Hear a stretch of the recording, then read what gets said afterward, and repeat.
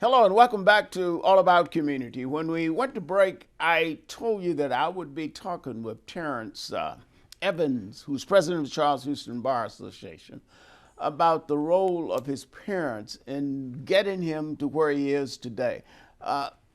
What was the importance of your parents' involvement in your education? Absolutely. So from the time I was in preschool, my mother and father, but especially my mother, were very involved in my education, making sure that I was studying, doing my homework. My mother would assign me extra homework to make sure that I really was grasping the concepts.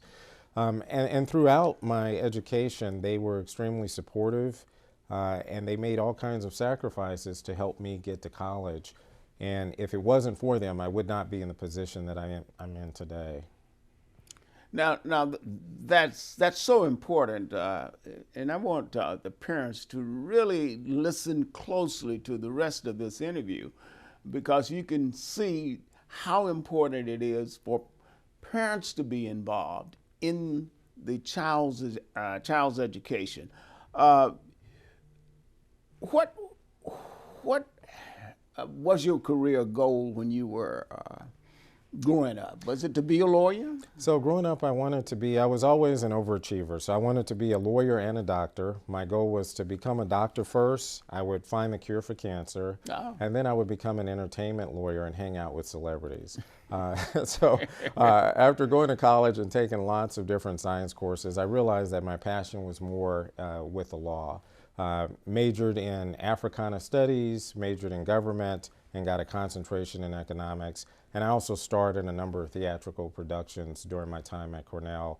So I knew that I wanted to perform, and being a trial lawyer was something that could give me that opportunity. And what got you involved in the bar associations? In this particular case, Charles Houston Bar Association. Absolutely. So I have been extremely involved in a lot of the majority bar associations, very active in the ABA. I was the second person of color to lead their largest insurance conference in the country. I was the first black chair of the Young Lawyers Division of the Association of Business Trial Lawyers, but I just felt like I was constantly having to explain myself to people. I didn't feel like I was understood. So I started looking for a place where I, as a black lawyer, could connect with my folks, and I discovered the Charles Houston Bar Association.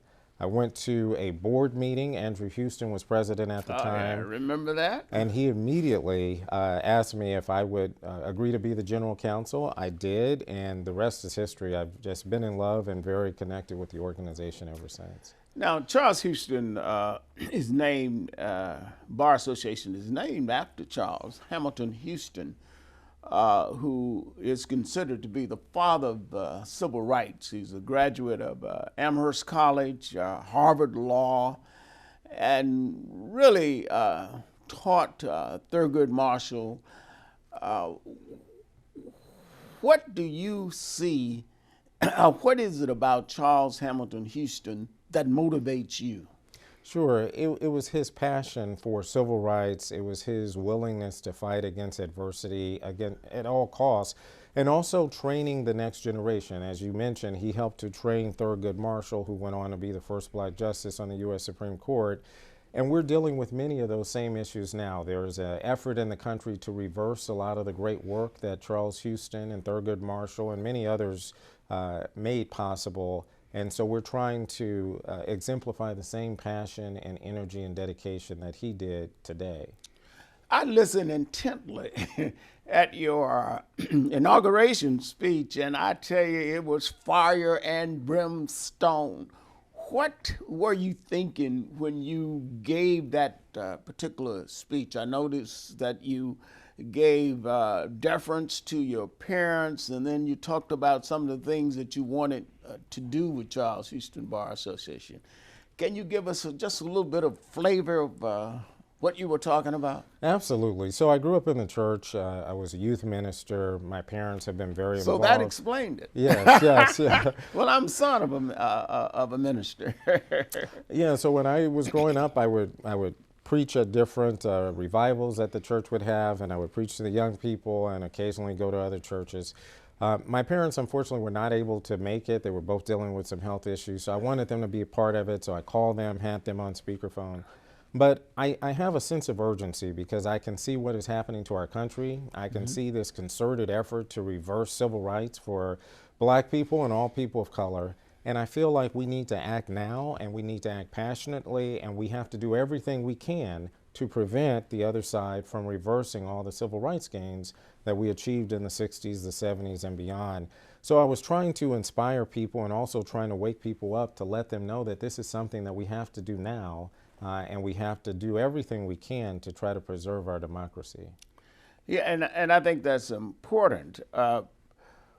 What what what are some of the issues you would like to get involved with as president of the Charles Houston Bar Association? Absolutely. So I think one of the most critical issues, and you talked about it earlier, is affirmative action, keeping a pathway open for young people and people of color to get educated, because there has been a concerted effort started more than 20 years ago in California, of all places, to close the door, to close those opportunities. I think voting rights is probably the most important thing.